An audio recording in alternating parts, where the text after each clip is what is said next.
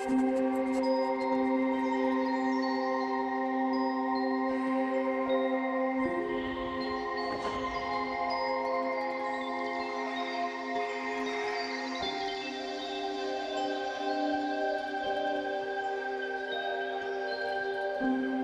pays a si souvent changé de maître qu'on finirait par oublier où il est. Il est tout au nord de la Lorraine. Non pas la Lorraine des plaines ouvertes, ni celle des côtes, ni celle des aciéries, mais une Lorraine de forêts et de vallées et de pâturages, sereine et familière, le pays de la Gaume, de Marville et de Montmédy. Et mes pas me portent parmi les fermes, les haies et les vaches, jusqu'à cette vision inédite, une basilique en pleine campagne. Une basilique gothique complète de ses tours et de ses portails parfaitement intacte. Il ne lui manque pas une statue, pas un pinacle.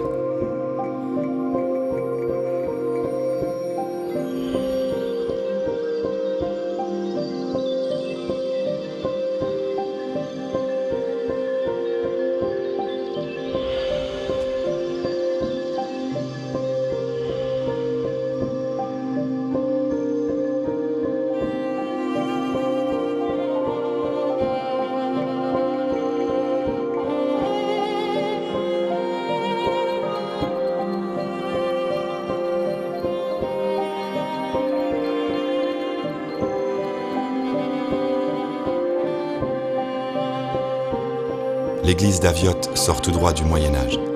Ni les guerres, ni les révolutions n'ont eu de prise sur elle. Elle est joyeuse et modeste, comme on aime à se représenter la Vierge qu'elle célèbre. Elle est simplement ce qu'elle est, un sanctuaire pour les gens d'ici, et que les gens d'ici ont construit de leurs mains et de leurs deniers, émettant toutes les fleurs de leur campagne.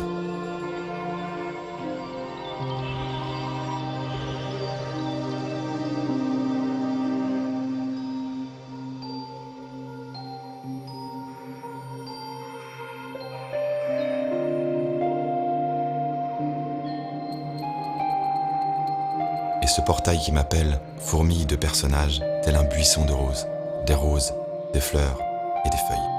J'en vois partout, autour des épisodes de la vie de la Vierge. Comme si Marie était née et avait vécu ici, au XVe siècle, parmi les aubépines et les poiriers de la Gaume. J'entre dans le jardin. J'ai les pieds encore mouillés de l'herbe des champs. J'avance dans ce printemps du Moyen-Âge. J'entre dans cet enclos heureux où Marie a prié et attendu, où elle a reçu la promesse du salut, où elle l'a fait fleurir dans son corps. Ici, la lumière joue dans le feuillage des lancettes. Ici, les statues ont gardé la fraîcheur de leur couleur. Les donateurs apparaissent tels qu'ils étaient, avec leurs chemises de lin et leurs bonnets brodés de perles. Ici, les liens qui attachent les mains du Christ sont du même chanvre que les cordes par lesquelles on lie les bœufs à l'étable.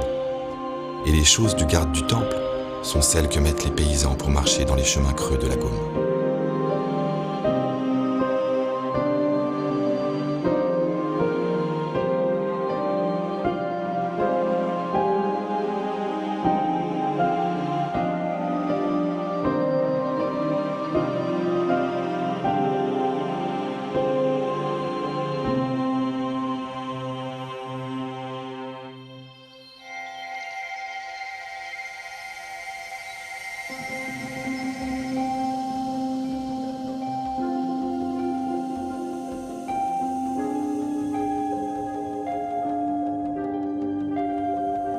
Dans le jardin de la Vierge, une treille de pierre protège les bourgeons les plus précieux. Ils sont deux, ces fleurons d'où la vie va jaillir.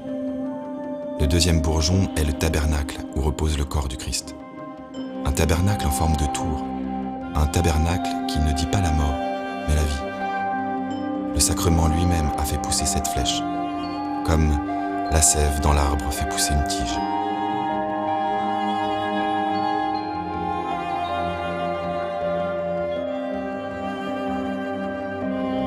Le premier bourgeon est la Vierge elle-même, le ventre de la Vierge.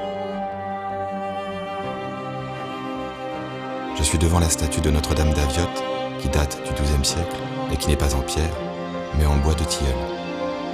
Sous les habits dont on la pare pointe le visage de son fils. Le jardin dans le jardin, c'est Marie dans son église. presque embarrassée de ses atours royaux. Marie, tout simplement, comme lorsqu'elle portait en son sein, dans les collines verdoyantes de la Galilée, le salut du monde.